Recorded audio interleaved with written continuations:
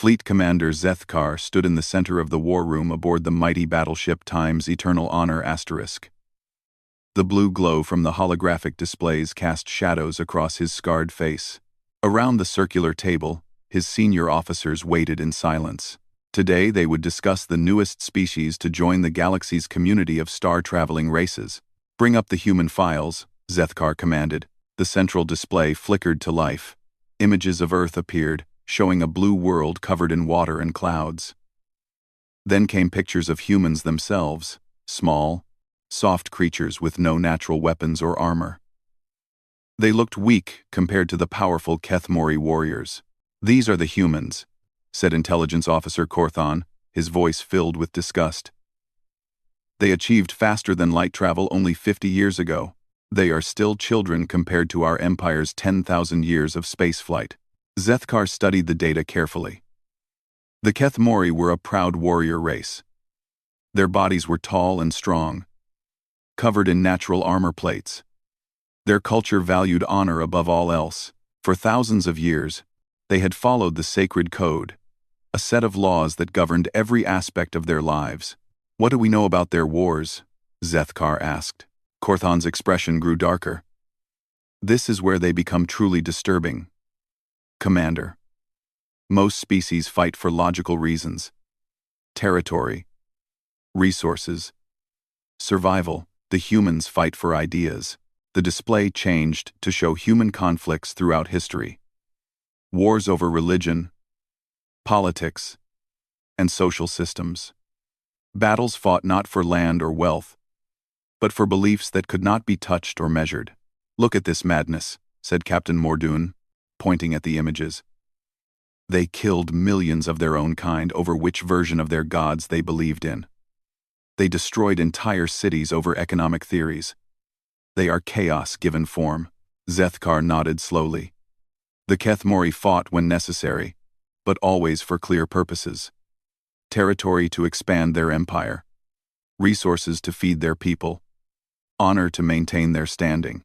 These humans seem to fight over nothing but thoughts and dreams." "What of their military capabilities?" he asked. "Primitive but numerous," Korthon replied. "They build crude ships and weapons, but they have many of them. Their technology is centuries behind ours. A single Kethmori warship could destroy 10 of their vessels without effort." The room fell silent as Zethkar considered the information. The Kethmori Empire had strict policies about dealing with younger races. They offered friendship to those who showed wisdom and honor. They conquered those who threatened galactic peace. They ignored those who seemed beneath their notice. "Recommendation?" Zethkar asked his officers. "Minimal contact," said Mordoon immediately. "They are too chaotic to be allies, too weak to be threats. Let them play their foolish games in their small corner of space." "Agreed," added Korthon. "The Empire has more important matters to attend to. These humans will likely destroy themselves within a few centuries anyway." Zethkar walked to the great window that looked out into space. Stars dotted the darkness like distant diamonds. Each one might hold worlds, civilizations, and stories. The Kethmori had explored this galaxy for millennia, always seeking worthy allies and honorable enemies. "Very well," he said finally. "Classify humanity as a developing nuisance. All ships will avoid their space unless absolutely necessary. We have no interest in their chaos." The officers began to file out of the room, satisfied with the decision. But Zethkar remained by the window, something bothering him about the whole situation. He could not put his finger on what it was. "Commander," said Communications Officer Veltara as she prepared to leave. "There is one more thing about the humans you should know." "What is it?" "They use the Galactic Distress Signal System. 3 months ago, they registered their emergency frequencies with the Galactic Council. They follow the same beacon protocols as the rest of us." Zethkar felt a chill run through him. The sacred code was very clear about distress signals. Any beacon, from any species, had to be answered. It was the most ancient and holy law of their people. Even enemies deserved rescue if they called for help. "Are you saying we might have to rescue humans someday?" asked Captain Mordoon, who had overheard. "The code is absolute," Zethkar replied grimly. If they send a distress signal, we must answer. No matter what we think of them. Morduan shook his head. Let us hope that day never comes. I cannot imagine risking Kethmori lives for such creatures. After the officers left, Zethkar remained alone in the war room. He stared at the human data files, trying to understand what made them so different from other species. Most young races were eager to please the older, more powerful civilizations. They sought knowledge, protection, or trade agreements. But the humans seemed content to ignore the rest of the galaxy. Their few diplomatic contacts had been polite but brief. They asked for nothing except to be left alone to manage their own affairs. In a way, Zethkar found this almost admirable, even if their methods were chaotic. He closed the files and walked to his private quarters. The ship hummed around him as they traveled through space toward their next patrol sector. The Kethmori fleet was always moving, always watching for threats to the Empire and its allies. As he prepared for sleep, Zethkar offered a prayer to the ancient spirits of his people. He asked for wisdom in command, courage in battle, and strength to uphold the sacred code, the same prayer his ancestors had spoken for countless generations. He did not pray to encounter the humans again. Some part of him hoped they would remain in their distant corner of space, fighting their strange wars over their impossible ideas. The galaxy was vast enough for all species to find their own path. But deep in his heart, Zethkar knew that the galaxy had a way of bringing together the most unlikely companions, and the sacred code would not be denied, no matter how much he might wish to avoid these chaotic, unpredictable humans. The stars continued their ancient dance outside his window, as the Time's eternal honor times sailed on through the night. 3 months had passed since the meeting about humans. Fleet Commander Zethkar sat in deep meditation within his private chambers. The ancient practice helped him find peace between the endless duties of command. Around him, candles flickered in the darkness, their light dancing across the sacred symbols carved into the walls. A sharp alarm shattered the silence. The emergency tone meant only one thing: a priority message that could not wait. Zethkar opened his eyes and activated his communication device. "Commander," came the urgent voice of Communications Officer Veltara. "You need to come to the bridge immediately. We have received a code red distress beacon." Zethkar felt his blood freeze. Code red was not used lightly. It meant that thousands of lives faced immediate danger of extinction. He rose quickly and made his way through the corridors of the Time's eternal honor asterisk. Crew members stepped aside respectfully as their commander passed. The bridge buzzed with activity when he arrived. Officers hunched over their stations, checking and rechecking the signal data. The main display showed a star map with a pulsing red dot marking the source of the distress call. "Report," Zethkar commanded as he took his position in the command chair. Veltara approached with a data tablet in her hands. Her expression was troubled. "The signal came through 20 minutes ago on all emergency frequencies. It originates from the human colony world designated Haven's Rest." The words hit Zethkar like a physical blow. Of all the species in the galaxy, it had to be humans. He studied the information on the display, hoping for some mistake or misunderstanding. "Are you certain it is authentic?" he asked. "Yes, Commander. The signal uses proper galactic distress protocols. It indicates that 50,000 civilian lives are in immediate danger from an unknown catastrophe. The automated beacon is transmitting the exact coordinates and requesting immediate assistance." Captain Morduan stepped forward, his face grim. "Commander, I recommend we ignore this transmission. Our standing orders are to avoid human space. This could be some kind of trick or trap." "The signal appears genuine," said Intelligence Officer Korthan. "But I agree with Captain Morduan. We should not risk our ships and crew for humans. Let them solve their own problems." Zethkar stood silently, feeling the weight of command pressing down on him like a mountain. Every instinct told him to agree with his officers. The humans were not allies. They had shown no interest in building relationships with the Kethmori Empire. Why should he risk valuable warriors for a species that meant nothing to them? But the sacred code was not about personal feelings or political alliances. It was about duty and honor that transcended such concerns. "What is our current position?" he asked. "We are 2 days' travel from the human colony at maximum speed," replied Navigation Officer Tethmar. "We would have to abandon our current patrol route and take 3 warships deep into human territory." "The risk is considerable," added Mordoun. "If this is indeed a real emergency, we might face whatever force is threatening the humans. We could lose ships and warriors for people who care nothing about us." "Well?" Zethkar walked to the main display and stared at the pulsing red dot. Somewhere in that distant star system, 50,000 lives hung in the balance. Men, women, children. Regardless of species, they were living beings who faced death. "Sir," said Veltara softly, "the sacred code is clear about distress signals." "I know the code," Zethkar replied sharply. Then he softened his tone. "Forgive me. You are right to remind me of our duty." He turned to face his senior staff. These were warriors who had fought beside him for years. They trusted his judgment and would follow his orders without question. But he could see the doubt in their eyes. "The sacred code has guided our people for 10,000 years, he began. "It was written by our ancestors who understood that honor means doing what is right, even when it is difficult. Especially when it is difficult." "But, Commander," protested Korthon, "these are humans. They fight meaningless wars and live in chaos. They do not deserve our sacrifice."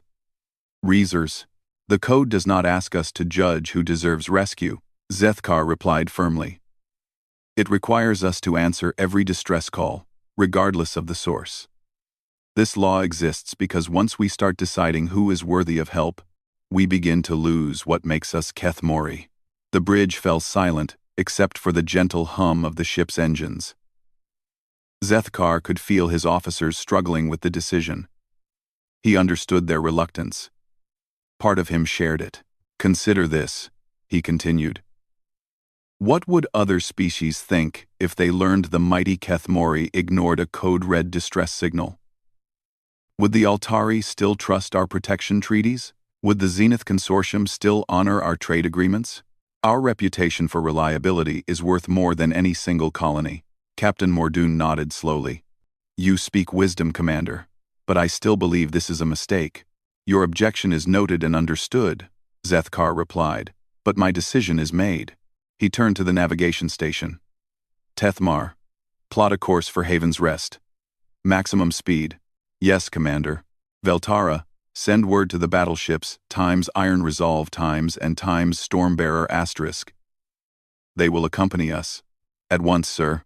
As the orders were carried out, Zethkar felt a heavy weight settle in his stomach.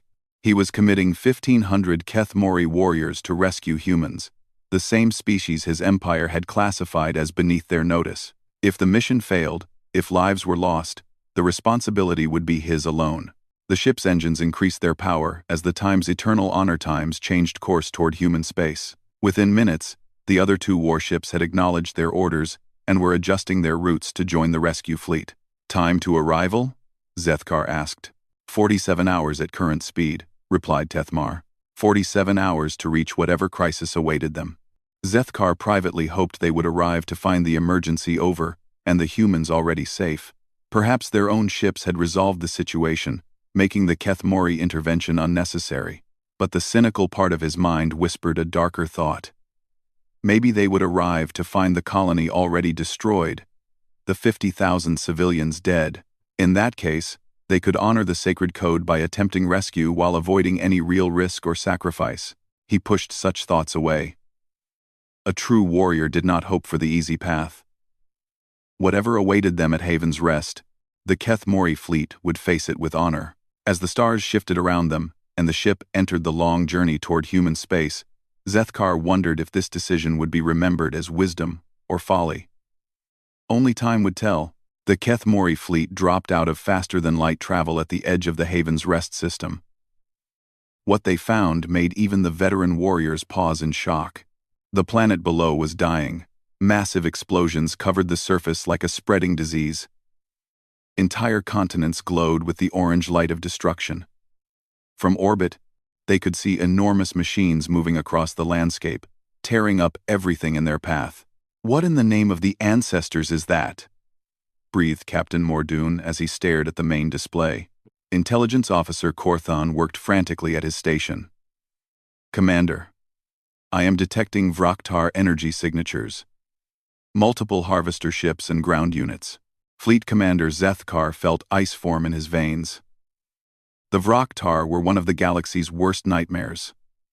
A machine intelligence that consumed entire worlds to fuel their endless expansion. They stripped planets bare of all useful materials, leaving nothing but dead rocks behind. "How many of them?" he demanded. 40 Vraktar vessels in the system," reported Korthon, "including 3 harvester ships and multiple destroyer units. They have been here for at least 6 hours based on the damage patterns." The tactical display lit up with enemy contacts. Red dots swarmed around the planet like angry insects. But there were other contacts too. Small blue markers that indicated active fighting. "Sir," called out sensor operator Jeth Cole, "I am reading human ships. 12 vessels, all showing battle damage. They are still fighting." Zethkar stared at the display in disbelief. 12 human ships against 40 Vraktar vessels? It should have been over in minutes. The humans should all be dead or running for their lives, yet somehow, impossibly, they continued to resist. "Show me the battle," he ordered. The main screen switched to a visual feed from their long-range sensors. What they saw defied all military logic. The human ships were indeed heavily damaged. Several trailed atmosphere and debris. Their weapons were clearly inferior to Vraktar technology, but they fought on with desperate courage.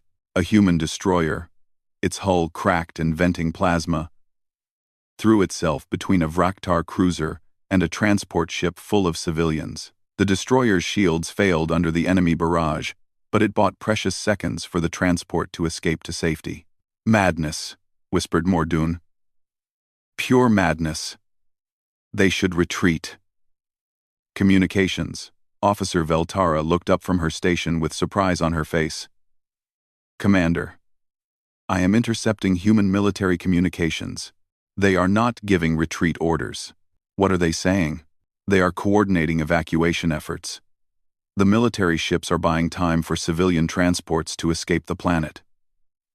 They know they cannot win, but they refuse to abandon their people."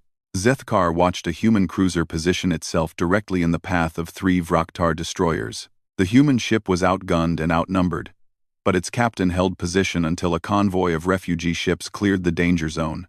"Open a channel to the human fleet commander," Zethkar ordered. The main display flickered and showed the bridge of a human warship.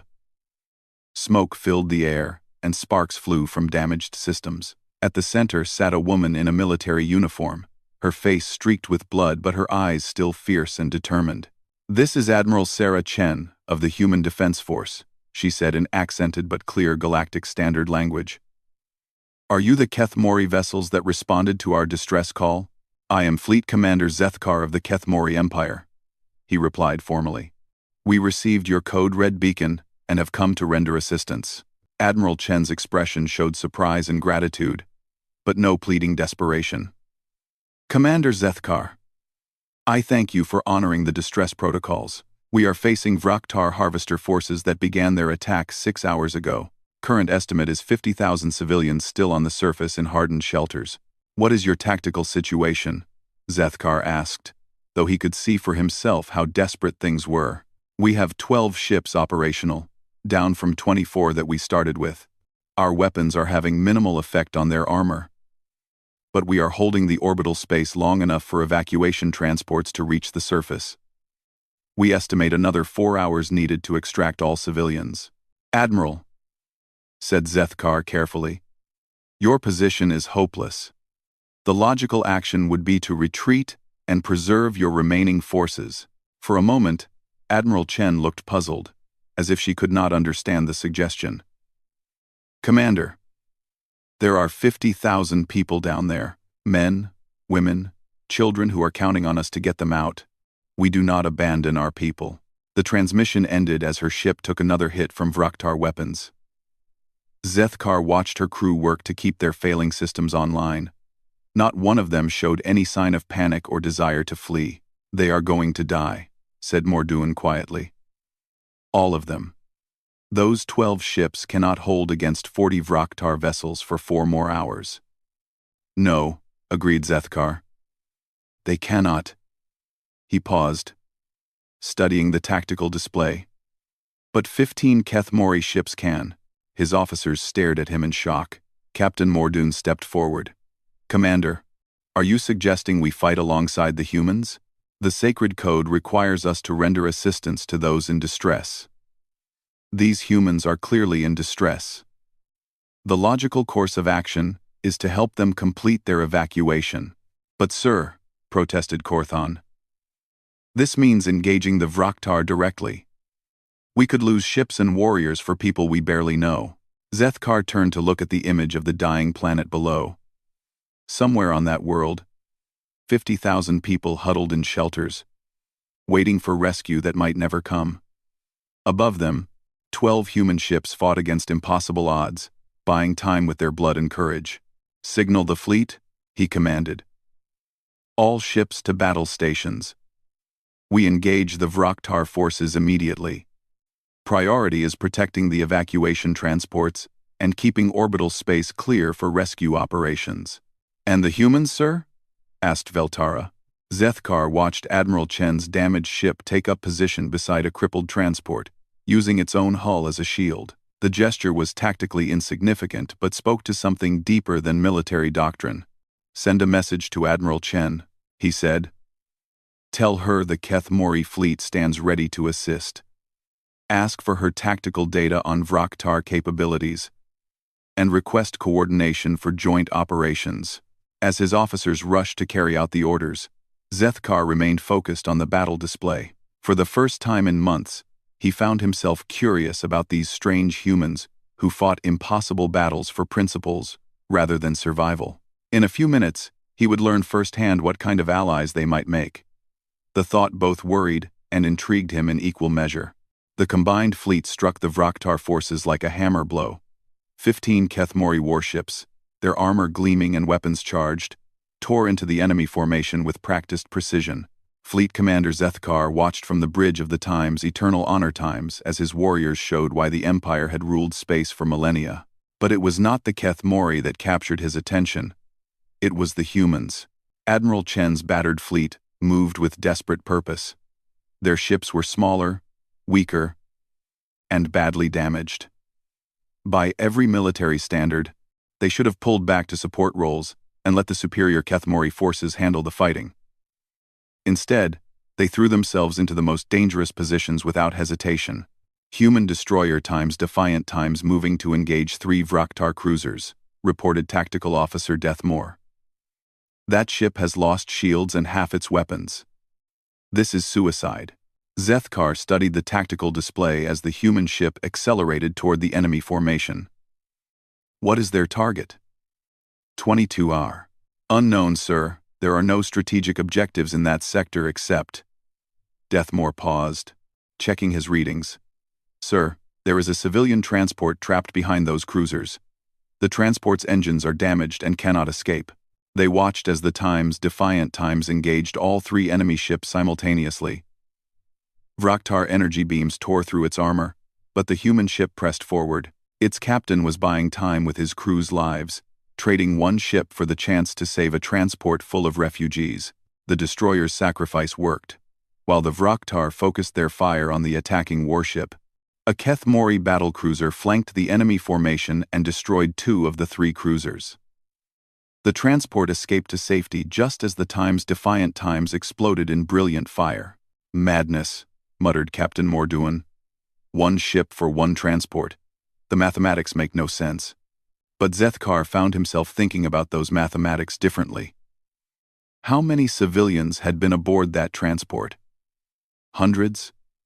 1,000? If each life had value, then perhaps the trade was not as senseless as it appeared. "Admiral Chen is requesting permission to lead the next evacuation run to the surface," reported Communications Officer Veltara. "The surface?" Zethkar looked at the planet below, where Vraktar ground forces continued their systematic destruction. That is a death trap. Any ship that enters the atmosphere will face concentrated fire from harvester machines. The Admiral states that the remaining shelter complexes are taking heavy damage. They estimate 6,000 civilians will not survive another hour without immediate extraction. On the tactical display, Zethkar could see the human Admiral's ship, the cruiser Times Resolution, *, moving toward the planet despite having lost most of its defensive systems. Behind it followed 3 more human ships, all volunteers for what amounted to a suicide mission. "Sir," said Intelligence Officer Korthon, "I recommend we deny this request. We cannot protect ships operating that deep in the gravity well while under fire from surface weapons." Zethkar studied the display for a long moment. The logical decision was clear. 4 ships would be destroyed to save 6,000 civilians. From a military perspective, it was waste.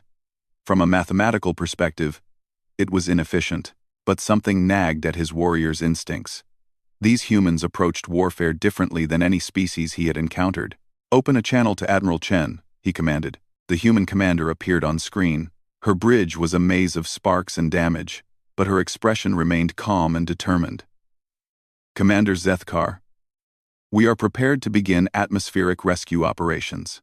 Admiral, my tactical officers calculate this mission has a 90% probability of total loss for all participating vessels." Admiral Chen nodded. "Our calculations are similar. But Commander, those are people down there. Families, children, elderly, who could not be evacuated in the initial wave. We do not leave people behind, even if it means sacrificing your ships and crews." For a moment, Admiral Chen looked puzzled by the question. "Commander, that is what we signed up for when we joined the Defense Force. To protect those who cannot protect themselves, regardless of the cost to ourselves." Zethkar found himself staring at this human woman who spoke of sacrifice as if it were the most natural thing in the galaxy. "Very well, Admiral. The Keth Mori fleet will provide orbital fire support and fighter escort for your rescue mission. Thank you, Commander." Chen out. As the channel closed, Captain Morduan approached Zethkar's command chair. "Sir, are we truly going to risk our fighters to support this madness?" "Look around you, Morduan," Zethkar replied, gesturing at the ongoing battle. "These humans have been fighting impossible odds for hours, not for territory or resources, or even honor. They fight for the lives of people they will never meet." On the main display, they watched Admiral Chen's ships enter the planet's atmosphere under heavy fire. Vraktar ground weapons hammered their shields while harvester machines tried to intercept the rescue transports. The human ships absorbed punishment that should have destroyed them, but somehow continued flying. The first transport lifted off from Shelter Complex Alpha, carrying 800 civilians. Vraktar interceptors moved to destroy it, but human fighters threw themselves into the path of the enemy fire. 2 human pilots died to save the transport, but it reached orbit safely. "This is not how warriors are supposed to behave," said Korthon, watching the display with confusion. "They waste their lives for strangers." "Do they?" asked Zethkar. "Or are we witnessing something we do not understand?" As the evacuation continued, Zethkar observed behavior that challenged everything he thought he knew about these chaotic humans. When Keth Mori medical teams worked alongside human doctors to treat the wounded, they discovered something remarkable. The humans were sharing their limited medical supplies not just with their own people, but with injured Keth Mori warriors as well. "Commander," reported Chief Medical Officer Hethalan over the communication link, "the human medical personnel are treating our wounded with the same care as their own. They are using their last pain medication on warrior Kelthvan instead of saving it for their own people." Later, when a damaged Keth Mori fighter requested emergency landing clearance, it was Admiral Chen herself who ordered her own ship to move aside, giving up a defensive position to make room for the rescue. "Why would she do that?" asked Morduan. "Our pilot is not her responsibility." Zethkar watched the human admiral coordinate the rescue of a Keth Mori warrior, while her own ship took enemy fire. "Perhaps," he said slowly, "responsibility means something different to humans than it does to us." The battle raged for 3 more hours. When the last civilian transport cleared the planet's atmosphere, The surface of Haven's Rest was nothing but glowing craters and twisted metal. The Vraktar had taken what they needed and begun their withdrawal. But 50,000 people lived because 12 human ships had refused to abandon them, and Fleet Commander Zethkar found himself looking at these strange, chaotic, impossible humans with something approaching respect. "Signal the fleet," he commanded. "Well done, all ships. Prepare to escort the refugee convoy to safe harbor." As the combined human and Kethmori ships formed up around the civilian transports, Zethkar realized that something fundamental had changed in his understanding of the galaxy. Perhaps these humans were not chaotic after all. Perhaps they simply operated according to principles he had never bothered to consider. The thought both troubled and fascinated him as they began the long journey to safety. The refugee convoy traveled through space at a steady pace. 50,000 survivors protected by the combined might of human and Kethmori warships. Fleet Commander Zethkar stood on the observation deck of the Times Eternal Honor *, watching the civilian transports drift silently through the star field. 3 days had passed since the battle at Haven's Rest. 3 days of working alongside humans, coordinating refugee care, and managing the aftermath of the evacuation. In that time, Zethkar had seen things that challenged every assumption he had held about this strange species. "Commander," said Admiral Chen's voice from behind him. She had been granted permission to visit the Kethmori flagship for a joint planning session. "Thank you for allowing me aboard your vessel." "Louvre." Zethkar turned to face the human admiral. Up close, she looked tired and worn from the battle, but her bearing remained proud and professional. "Admiral Chen, welcome aboard the Times Eternal Honor *. I trust your quarters are adequate, more than adequate, thank you. Your crew has been very gracious to my people." They stood together in comfortable silence, watching the convoy. Finally, Zethkar spoke the question that had been troubling him for days. "Admiral, may I ask you something?" "Of course. Why did you not retreat when the situation became hopeless?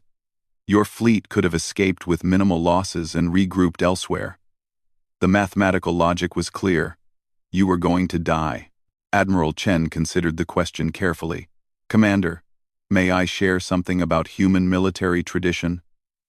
Every new officer takes an oath when they join the defense force. Part of that oath states, 'I will never abandon those placed in my care, regardless of the cost to myself.' We do not view it as mathematics. We view it as sacred duty, even when that duty means certain death, especially then. Commander, in human culture, we have a saying, 'The measure of a civilization is how it treats those who cannot defend themselves.'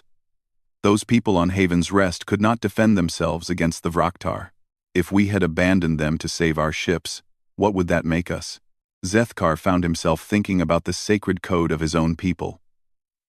For 10,000 years, the Kethmori had followed laws that demanded honor, even at the cost of life.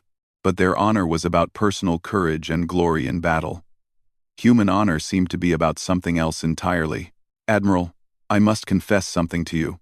Before this mission, my empire classified humans as a species beneath our notice. We viewed your wars as chaotic and meaningless." Admiral Chen nodded without offense. "Many older species feel that way about us. We are young, and we make mistakes. But we learn from those mistakes. What I witnessed during this battle suggests we may have been wrong about humans." A communication alert interrupted their conversation. "Communications." Officer Veltara's voice came through the ship's speakers. "Commander, we are receiving an urgent transmission from Kethmori High Command." Zethkar and Admiral Chen made their way to the bridge. The main display activated to show the imposing figure of Grand Admiral Thekmor, Supreme Commander of all Kethmori military forces. His scarred face and ceremonial armor marked him as one of the Empire's most decorated warriors. "Fleet Commander Zethkar," the Grand Admiral's voice rumbled with authority.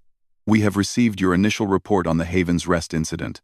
You are ordered to return to home space immediately for full debriefing." "Understood, Grand Admiral." "What of the human refugees?" "They are not our concern. Deliver them to the nearest human colony and proceed home." The transmission ended, leaving an uncomfortable silence on the bridge. Zethkar could feel his officers watching him, waiting for orders. He could also sense Admiral Chen's disappointment. though she tried to hide it. "I understand if you need to follow your orders," Admiral Chen said quietly. "My people are grateful for what you have already done." But Zethkar found himself thinking about the conversation on the observation deck. What was the measure of a civilization? How did it treat those who could not defend themselves? "Admiral," he said slowly, "how long would it take to establish temporary housing for your refugees on one of the outer colony worlds?" "Commander, you do not need to." "How long, Admiral?" Admiral Chen studied his expression carefully. 2 weeks to establish basic facilities. A month for permanent housing." "But, Commander, your orders." "My orders are to deliver the refugees to the nearest human colony. They do not specify how quickly this must be accomplished." Zethkar turned to his communications officer. "Veltara, send a message to the refugee ships. Inform them that the Keth Mori fleet will escort them until proper resettlement facilities are prepared." Captain Morduan stepped forward with concern. "Commander, this could be interpreted as disobeying direct orders from High Command." "No, Captain. This is fulfilling our duty under the sacred code.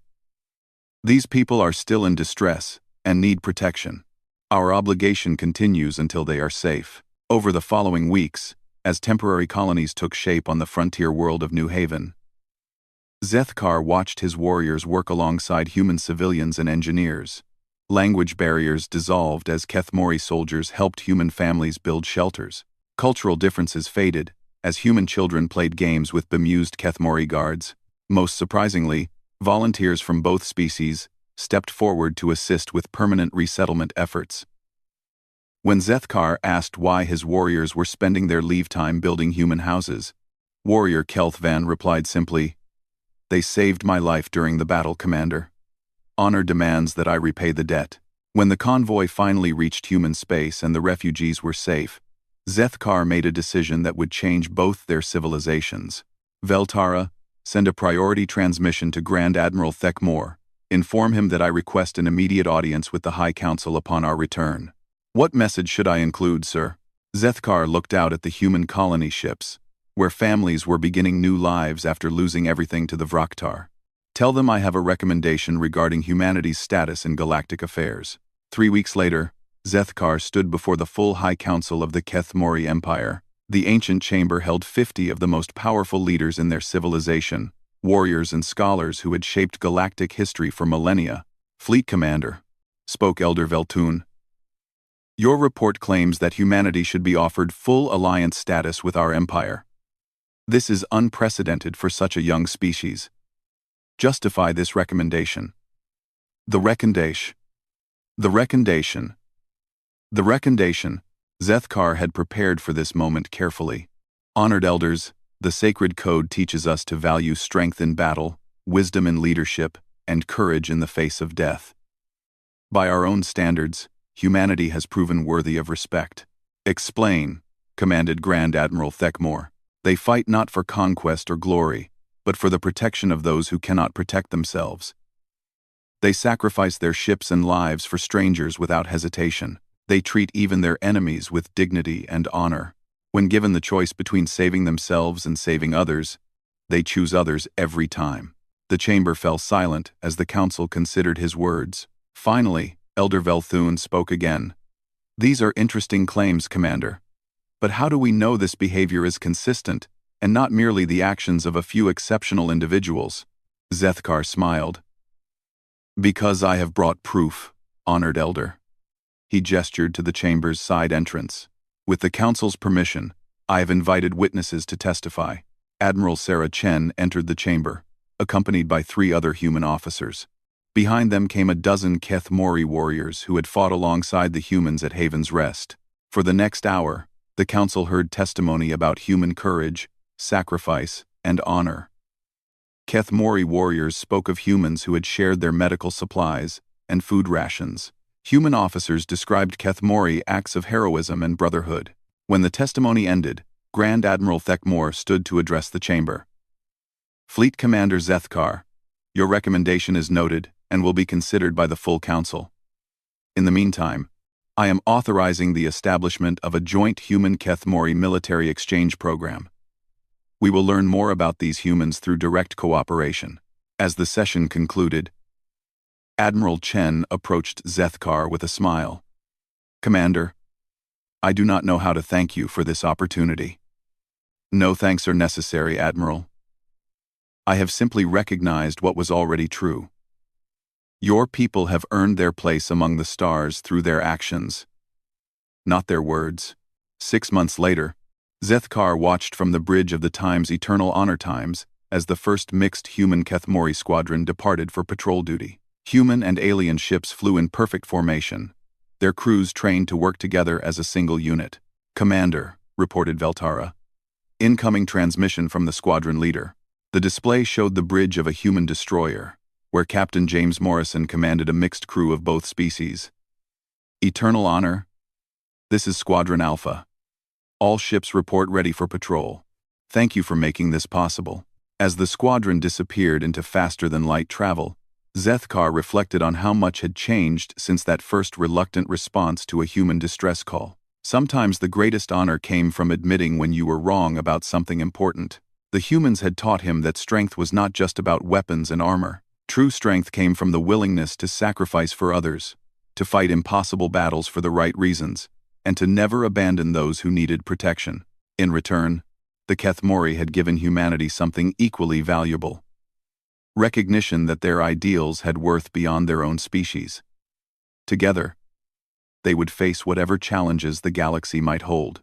The stars continued their ancient dance, but now human and Kethmori ships danced among them as partners in the great work of protecting civilization itself.